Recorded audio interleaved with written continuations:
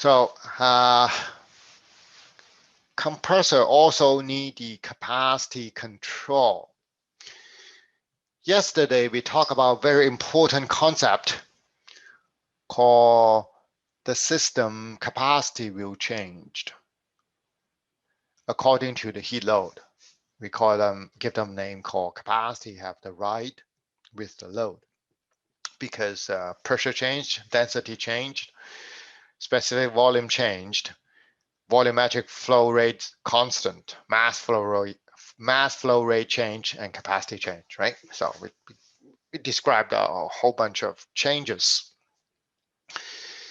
but they have their own limit, right?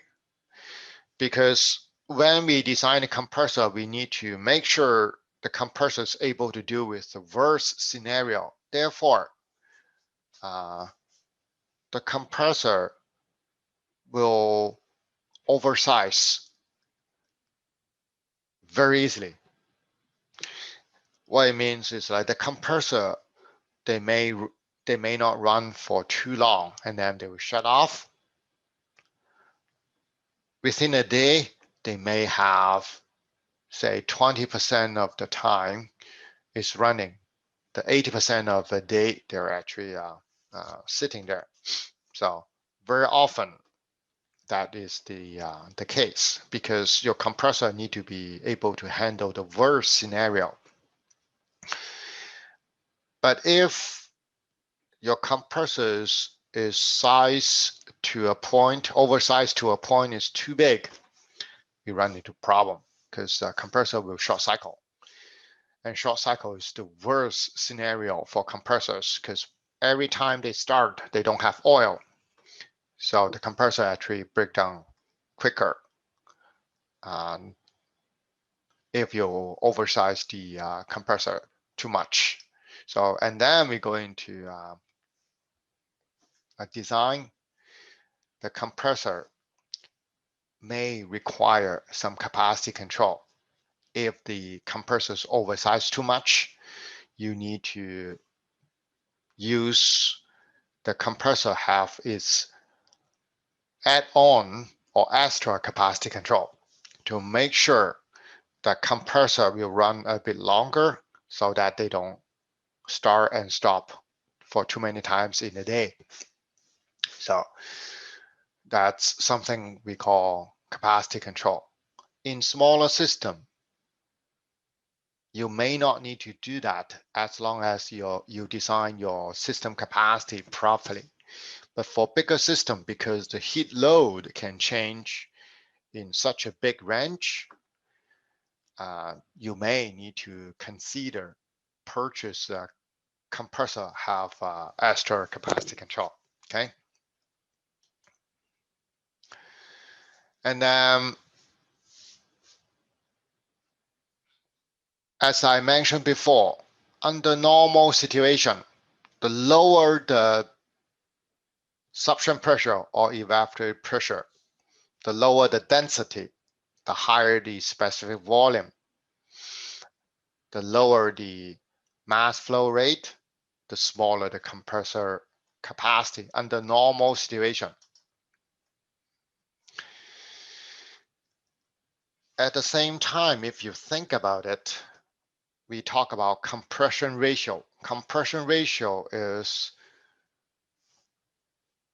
absolute discharge pressure over suction pressure in an absolute scale.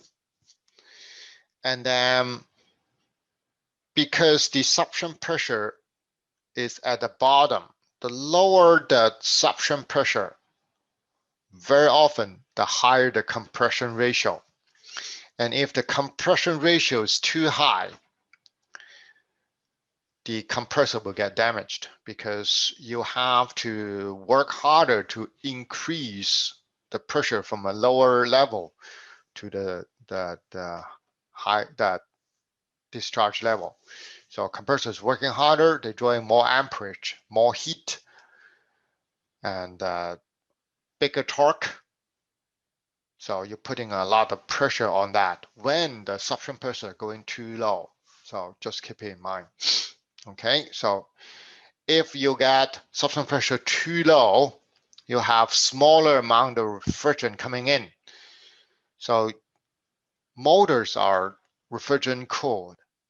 So they are actually using more energy, more electricity, more heat will get released, but less refrigerant to cool down the motor. End up, you can overheat your compressor.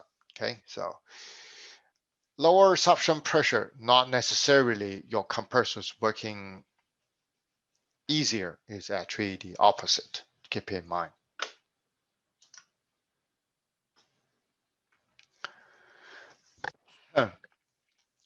Lower suction pressure or lower evaporator pressure. At the same time, very often means the evaporator get colder because they're saturated. The lower the suction pressure, the lower the evaporator temperature. If it's too low, what's going to happen is they have ice build up faster, and then they will get restricted airflow, and you have all kind of problems. Okay, so suction pressure, if it's too low, it's bad for the compressor because they will get overheat. If the suction pressure is too low, it's also bad for the evaporator because you get more ice problem. Ice will, it's a natural process. They have ice build up in the evaporator. That's why very often we need to defrost. But at the same time, if your evaporator temperature is too cold, the icing up problem will get worse. It takes less time to have the ice build up, so we're going to defrost more often, and system is going to get less and less efficient. So oversize your compressor. If it's too much oversizing, you got all kind of problems. Compressor have problems, evaporator have problems too. Ice will get built up. At the same time, lower pressure in the suction side will means have less refrigerant going through the system. We will have oil return problems because oil for smaller system, they may not have the oil separator. They will travel through the system. When you have compressor run only 20% of the day, the oil will struggle. A lot of oil will stuck at the system. They cannot return to your compressor, and your compressor can run into problem too. So oversizing the compressor have all kind of problems. And if your compressor run very little time, the humidity in the condition space will not be able to handle properly because they got short cycling. So in order to deal with the problem we talked about before, compressor overheating, humidity control is poor, oil return problems, evaporator ice up.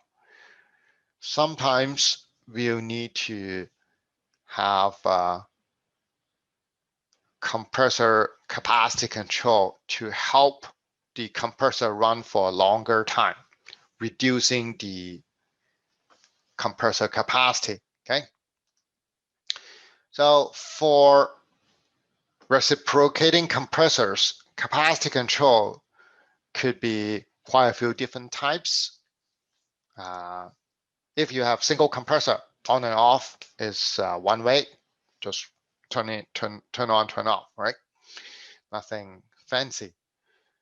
And then they could have speed controls. So they control the RPM of your motor. So that's talk about digital reciprocating compressor. And then they could have multiple compressors like the systems in grocery stores. So each compressor rack has 8 to 10 or 8 to 12 compressors. The numbers of the compressor runs depends on the heat load. Okay, so that's for bigger system. Smaller system, you will never see that. In a hot summer day, sometimes you can see like 12 compressors running like crazy nonstop in summertime. In winter time, you see at night, in the middle of the night, there's no customers around. The heat load is very small. You see one or two compressors running out of the 12s. So that's how they control the capacity for a bigger system like that. And very often when you have a compressor rack, there's always one compressor they have a speed control. So in case they need to further reduce the capacity, and one compressor is actually able to reduce the capacity by speed control. Not all, but one or two. Also, they have special design for capacity control. If they have only one compressor for a system instead of they have multiple compressors, and this is called mechanical unloaders. Mechanical unloaders. And mechanical unloaders have three different types. They could be cylinder bypass, could be suction cutoff, could be hydronic. Okay. There are three different types. For those compressor have special design for capacity control, and this kind of capacity control is called mechanical unloaders. So basically, a compressor may have more than one head. Say they have three heads. One head, they put some extra devices to allow the piston running, but the piston is not compressing out. Probably one out of the multiple head have the design. So basically, for normal compressors, they are fixed volumetric flow rate or constant volumetric flow rate. But when they have the unloader, the volumetric flow rate actually can be adjusted, can be changed. Okay. So let's talk about those three different types one by one on the mechanical unloaders. So they could be hot gas bypass. So hot gas is the discharge side, okay, instead of the suction. So the hot gas bypass, they could bypass to the suction line, they could bypass to the evaporator, okay? So let's take a look at this semi-hermetic compressor. So you can see this is the so-called speed control.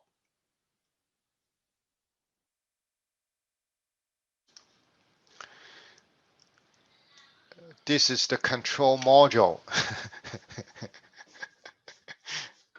And the motor is special design. So this one is basically changed from AC to DC, and the motor of the compressor is a DC motor. This is called frequency drive. So they change the frequency of your power coming in. And then when they need to slow down the motor, that control module will artificially change the frequency of the power. So the motor will turn at a slower speed. Okay, so this is a variable speed control, and they're not cheap. They are actually quite expensive. These are the high-end compressors. And this is a picture of ammonia system, and you can see they have 1, 2, 3 compressors. They're all belt driven. You can see the belts, right? You can see the guard for the belts. And this is the control panel. And this is a package unit. Looks like they have the evaporator here. They have the condenser there. And this is the suction header. This is the discharge header. And after the condenser condense the refrigerant, they have a metering device in between. So this is a pretty good size ammonia system. We don't call it compressor rack. This is a package unit. So pretty good, pretty fun stuff. So this is something called chiller. So we're going to talk about the unloaders, mechanical unloaders for compressors. So the first type we're going to talk about is called suction cutoff. How do you know they have the unloader? That is a mechanical unloader. Regular head looks like this.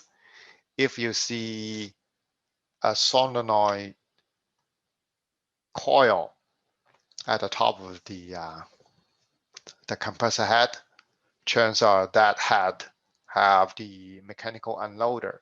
So you can see this compressor have 1, 2, 3 heads. Each head has, I assume they have 2 pistons. That's most of the time what I saw.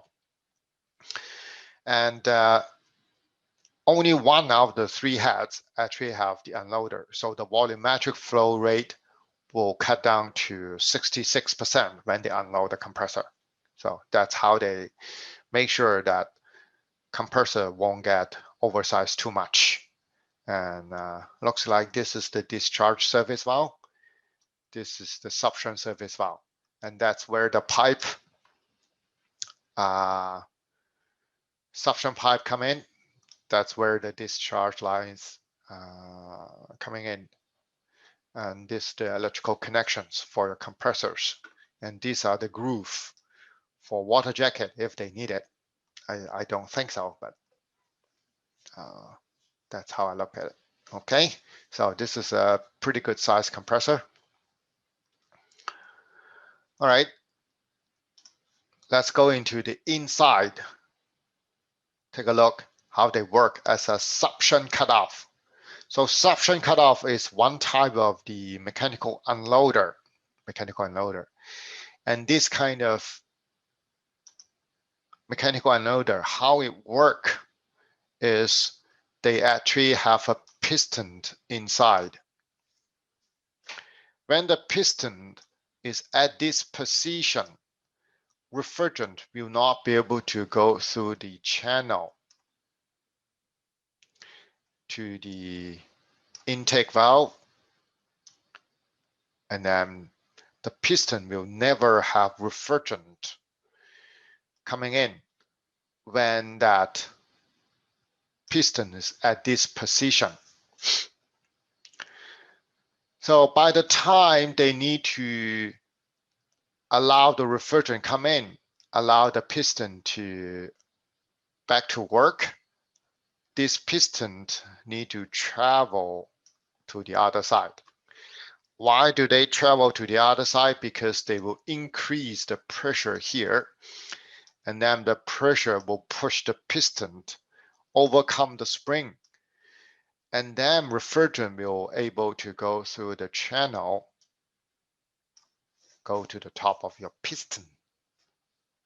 So when they unload the piston, they unload that this head, they reduce the pressure here, the spring will push the unloader to the left to stop the refrigerant going in. So that's why they call it suction cutoff. For this type of unloader, any questions? Are you following?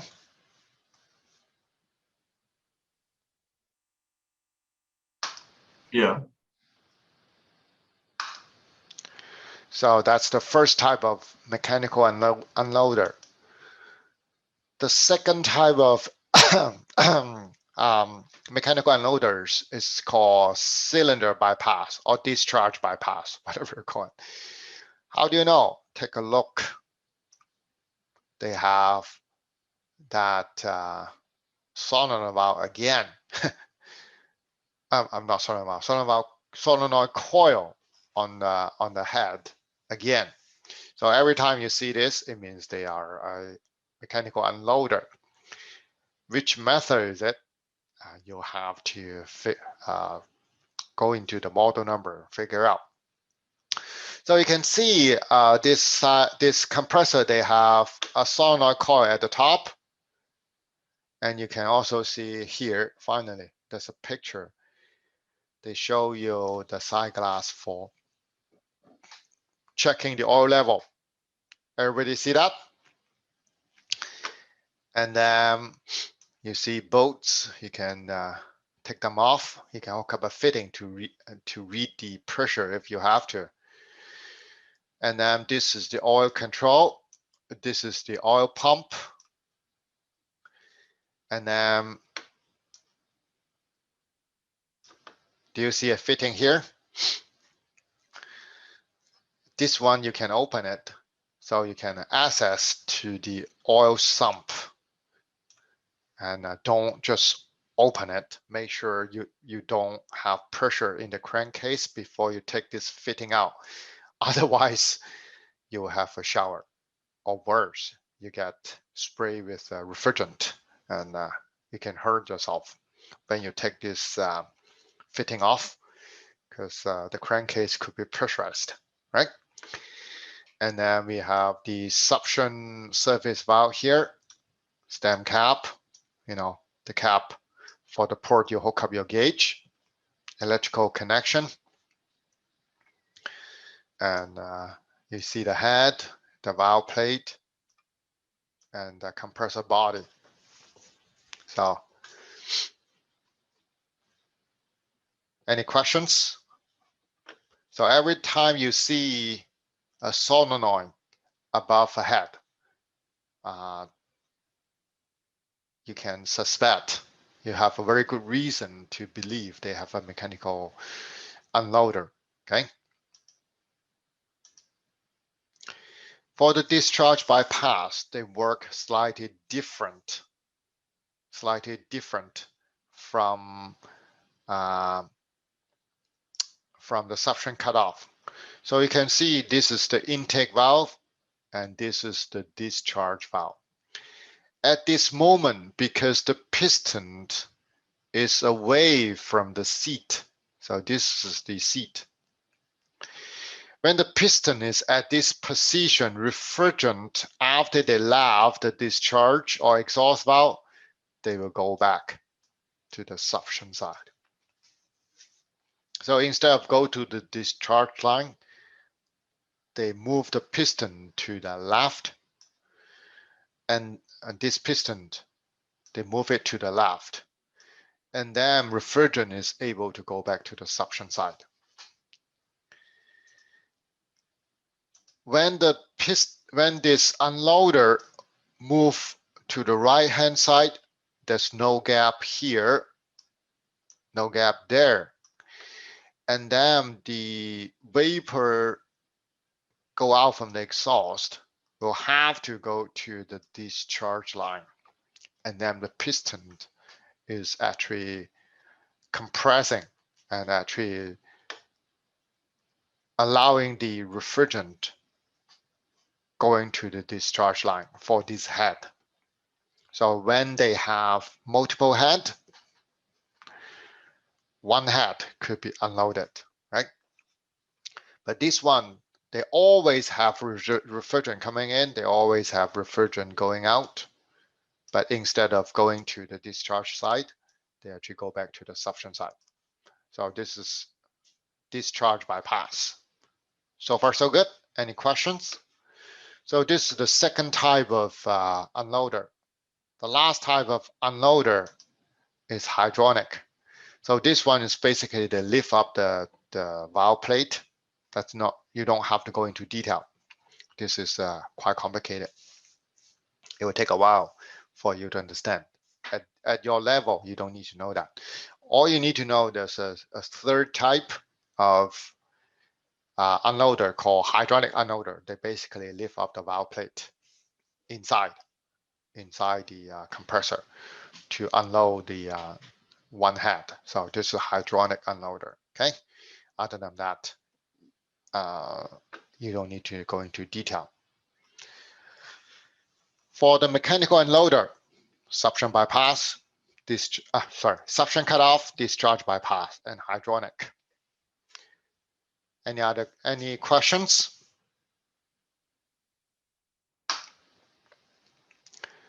So mechanical unloaders, we have 3 different types for the compressor capacity control. Also, when we talk about system capacity control, on top of the mechanical unloader for compressor, we also have other ways to control the system capacity. So this is called hot gas bypass. So this is nothing to do with the compressor. This is the system design. So the reason we have this is when system have a huge compressor, they physically don't want to turn on or turn off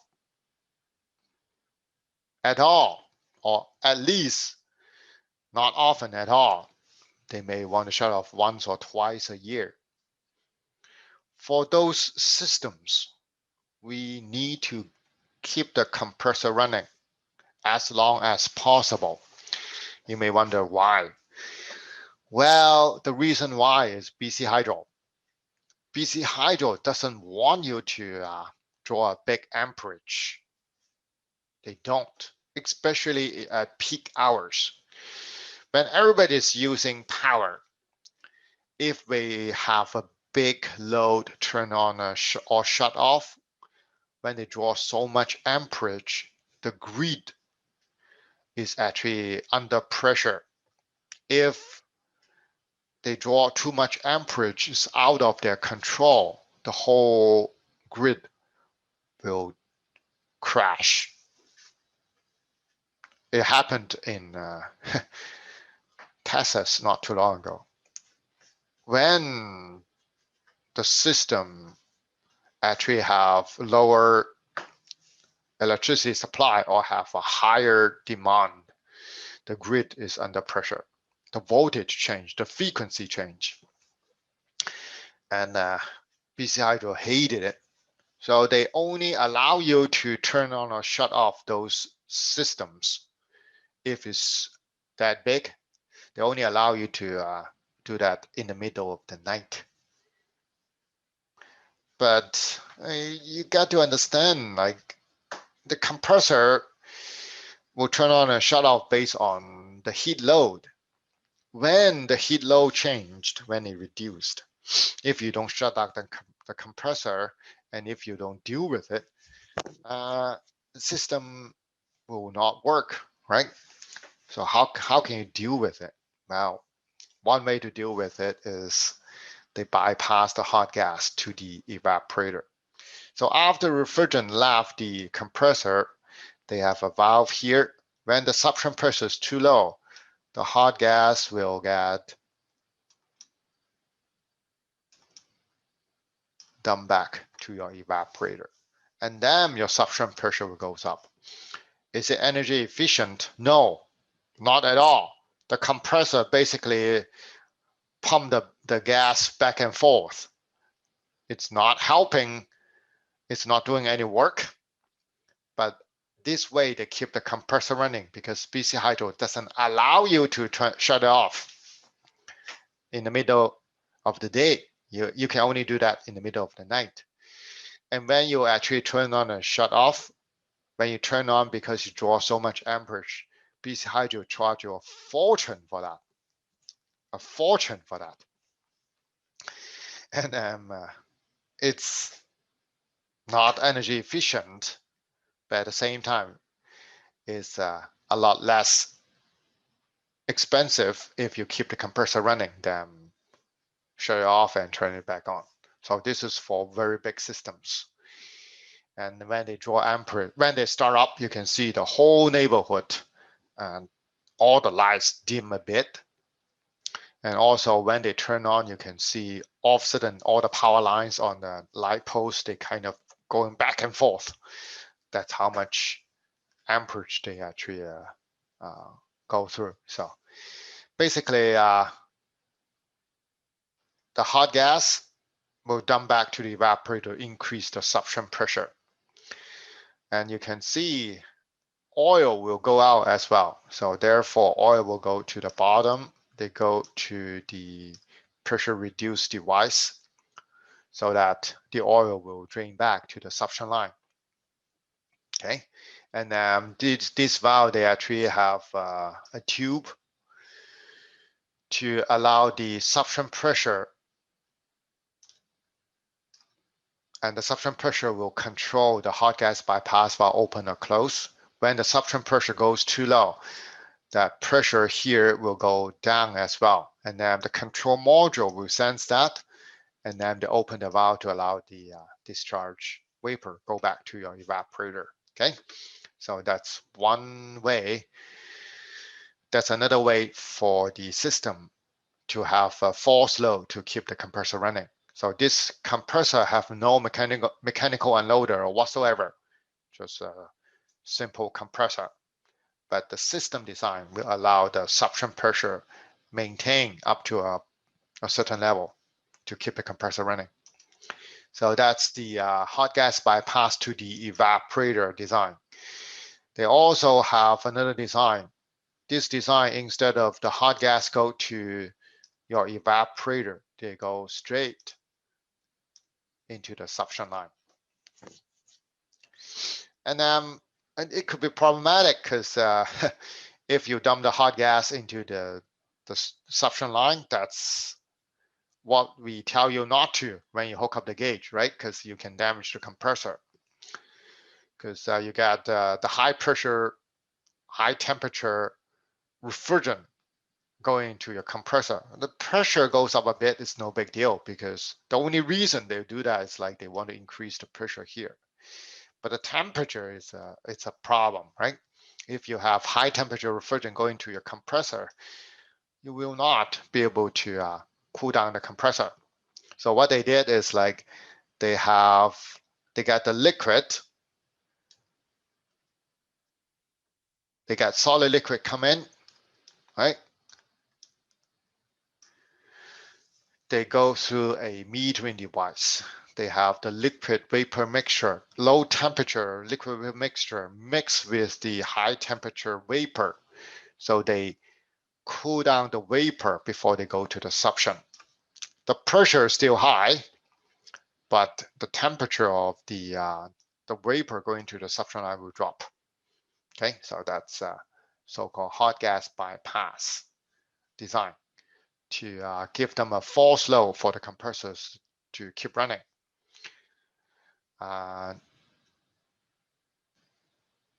That's the second design for bigger systems when they actually want to keep the compressor running for a longer period of time. So let's come back,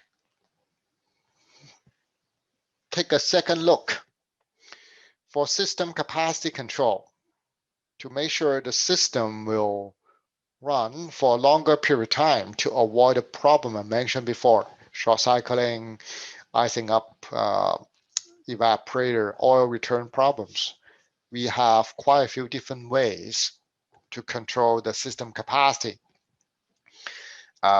When you don't have nothing, it's just on and off, right? And then you can use compressor speed control. You can have multiple compressors, or one of the compressor may have the unloaders, right? Unloader have quite a few different type. At the same time, system capacity control also can use the so-called hot gas bypass, either to the suction line or for the evaporator. So system capacity control have quite a few different methods. If you have time, make sure you go back to your PowerPoint to look at each one of them. Okay, each one of them.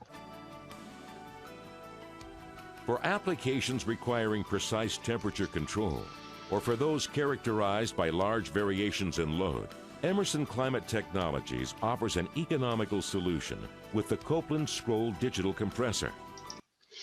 I want everybody to pay attention. This one has absolutely nothing to do with your exam in the coming future. But this is relatively newer technology. They have a very different concept of the capacity control. With digital technology, capacity can be precisely modulated, allowing temperature control to within 1/2 degree Fahrenheit. The Copeland Scroll digital compressor alternates between compression and idling cycles by introducing a controlled internal pressure balance. This pressure balance causes the stationary scroll to move axially. When moved away from the orbiting scroll, this effectively stops the compression cycle. When the pressure balance is reversed, the scrolls re-engage and compression starts again. By digitally controlling the time when compression takes place, the capacity output of the compressor can be infinitely adjusted from 10 to 100%. This capacity control method lessens mechanical wear by reducing motor start-stop cycles and is up to 30% more efficient than other modulation methods, such as hot gas bypass and suction throttling. The Copeland Scroll compressor has earned its reputation as a solution for refrigeration systems by consistently and reliably protecting products from spoilage while delivering bottom-line savings. Users enjoy the peace of mind that comes from unparalleled efficiency levels. Reliable, low... I apologize, I forget. So for digital scroll compressor, they divide the time into 100 shares.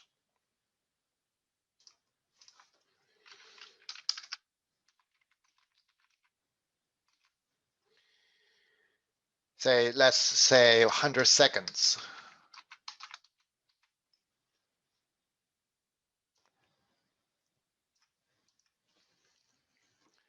When they need to control the capacity, they just need to give them the percentage of the time the two scrolls are actually have contact. If 50 seconds out of 100 seconds, the two scrolls are engaged, 50% of the time, the compressor is compressing or in the compression cycle. The capacity of the compressor dropped down to 50%. When only 10 seconds out of 100 seconds, the two scrolls are in contact or engaged, and then the capacity will drop to 10%. If 100 seconds out of 100 seconds is the two scrolls are engaged when they have contact, and then they are running at full capacity go up to 100%. Why they cannot have that percentage drop lower than 10%? Because oil return. Regardless, they still need the refrigerant traveling to make sure I have enough oil come back. Otherwise, the compressor will get burned because they don't have oil return. So digital scroll compressor, the way they control the capacity is based on the percentage of the time that two scrolls get engaged. The method, the way they change the compressor from compression cycle to idle cycle is by lifting the top scroll up. And then because the two scrolls, they both are still moving in the orbit, but because there's no seal between the two screws, there's no compression. So how much percentage of the time they actually compress based on how much percentage of the time the two screws actually have contact with each other and make a seal.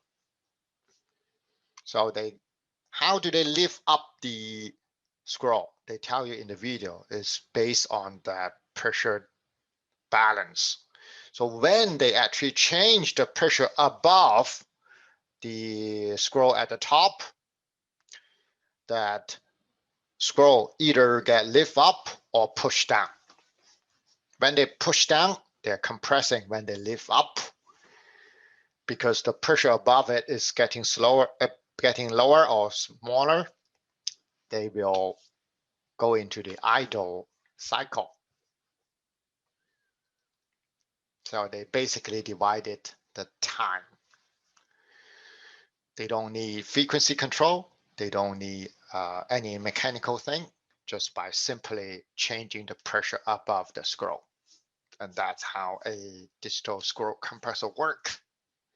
So let's watch the video one last time.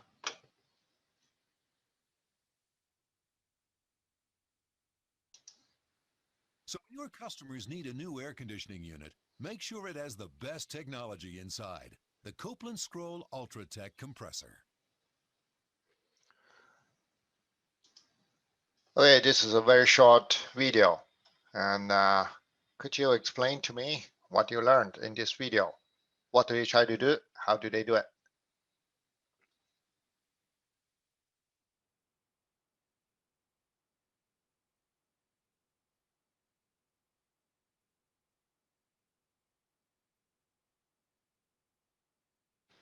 Any ideas? There's other valves inside the scroll.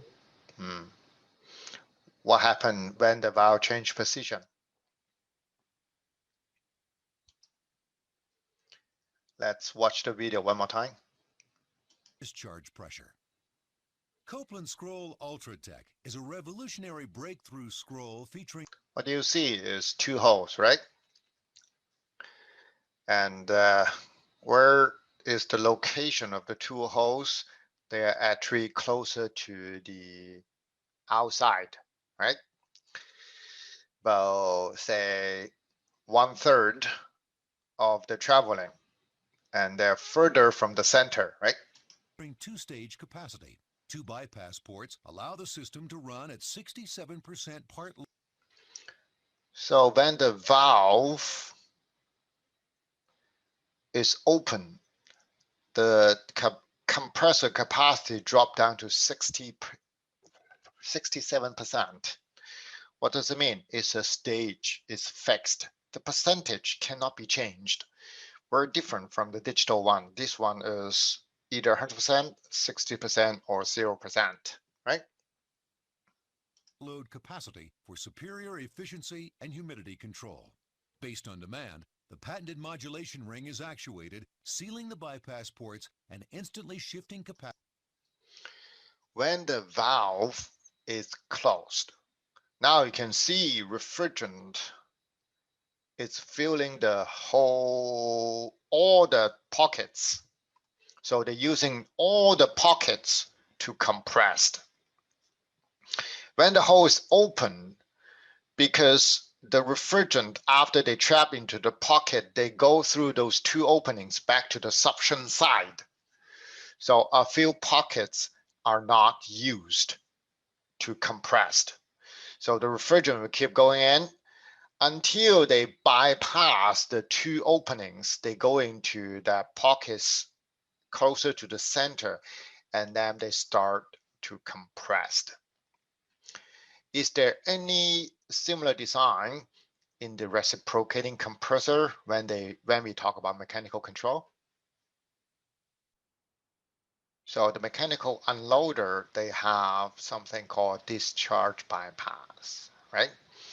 So in a way, there's similarities for this kind of design called UltraTech for screw compressor to the discharge bypass unloader.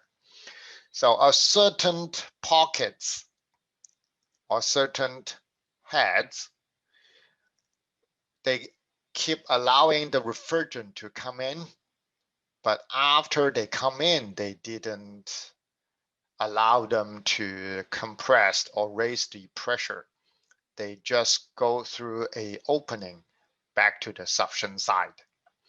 And therefore, a certain percentage of the space, they're able to compress, but they bypass the refrigerant. Instead of allowing them to go to the discharge line, they actually go back to the suction side. So this is discharge bypass. Capacity to 100%. So when your customers need a new air conditioning unit, make sure it has the best technology inside. The Copeland Scroll UltraTech compressor. So scroll compressor, we talk about the structure, two scrolls, right? We talk about capacity control. Two methods are totally different from the reciprocating. The first thing is called digital. Instead of controlling the volume, they're controlling the timing, right? UltraTech, there's similarities, very similar to the digital bypass. Okay, so that's so far what we learned from the video. Any questions? If not, we are going back to the PowerPoint. Okay.